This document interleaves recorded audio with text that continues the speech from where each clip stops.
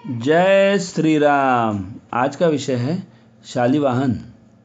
शालिवाहन 16वें आंध्र नरेश महेंद्र मृगेंद्र सातकर्णी के पुत्र थे। पिता ने इनका नाम कुंतल सातकर्णी रखा। शिव के कहने से इसे विक्रम नाम से भी जानते थे। विक्रमादित्य के अनुकरण पर आंध्र सम्राट कुंतल सातकर्णी ने भी दिग्विजय की एवं उसी के अनुकरण कर अपना विरुद्ध विक्रम रखकर शालिवाहन का प्रसिद्ध शक संवत चलाया। अपने नाम की पृथकता प्रकट करने के लिए उसने अपने विरुद्ध के साथ विषमशील जोड़ा।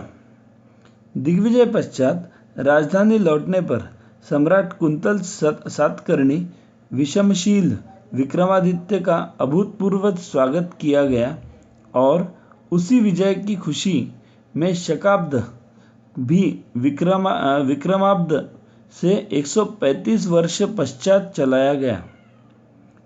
कथा सारित सागर जैन ग्रंथों में विवरण मिलता है। इनके काल को भारतीय इतिहास का स्वर्णिम काल कहा जाता है। जैन विद्वान जिन प्रभु सूरी द्वारा रचित प्रतिष्ठानुपुर कल्पम नामक ग्रंथ में सातवाहन के जन्म के बारे में कहते हैं कि प्रतिष्ठानपुर यानी पैठण में 2 ब्राह्मण भाइयों की विधवा बहन जब गोदावरी नदी पर पानी भरने गई तभी नागराज के संपर्क के कारण वह गर्भवती हुई। सामाजिक लज्जा के भय से भाइयों ने उसे त्याग दिया तो कुम्हार के आश्रम में उसने एक पुत्र को जन्म दिया। बड़ा होने पर बालक मिट्टी के हाथी घोड़े ऊंट बनाकर अन्य बच्चों के साथ खेलने लगा। इन सवारियों के कारण उसका नाम सातवाहन पड़ गया। जब विक्रमादित्य के प्रतिष्ठानपुर पर आक्रमण किया तब भयभीत नगर के लोगों की रक्षा के लिए सातवाहन की माता ने अपने पति नागराज से सहायता की याचना की।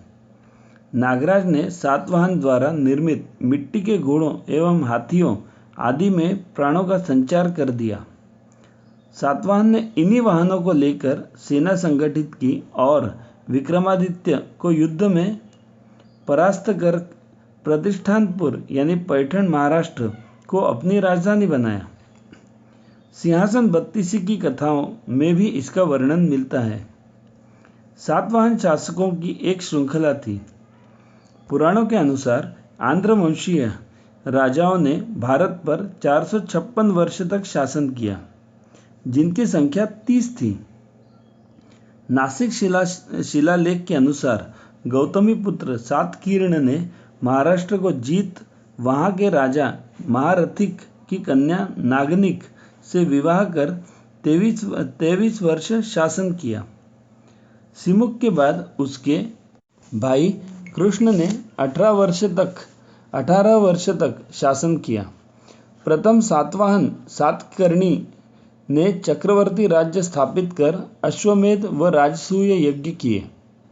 द्वितीय सातकर्णी भी चक्रवर्ती सम्राट था। उसने 56 वर्षों तक दीर्घ शासन किया। वात्स्यायन ने अपने प्रसिद्ध ग्रंथ कामसूत्र में कुंतल सातकर्णी व मलयवती रानी का वर्णन किया है।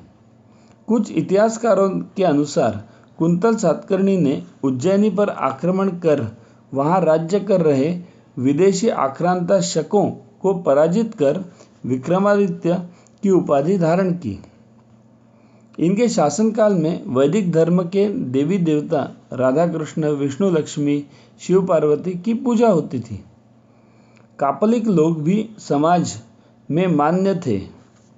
बौद्ध मत का महायान शाखा का अधिक प्रचार था। इस काल में प्रजा की स्थिति सुखद थी। देश का व्यापार भू और जलमार्ग दोनों से होता था। व्यापारी समूहों को सार्थवाह कहा जाता था। मिस्र और रोम आदि देशों में लोग श्रृंगार एवं प्रसाधन सामग्री और महीन मलमल के वस्त्र खरीदते थे।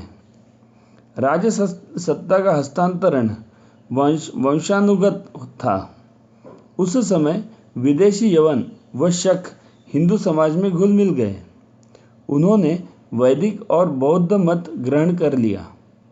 स्त्रियों का समाज में आदर था, उनके पास नीति संपत्ति रहती थी, वर्ण धर्म का पालन होता था।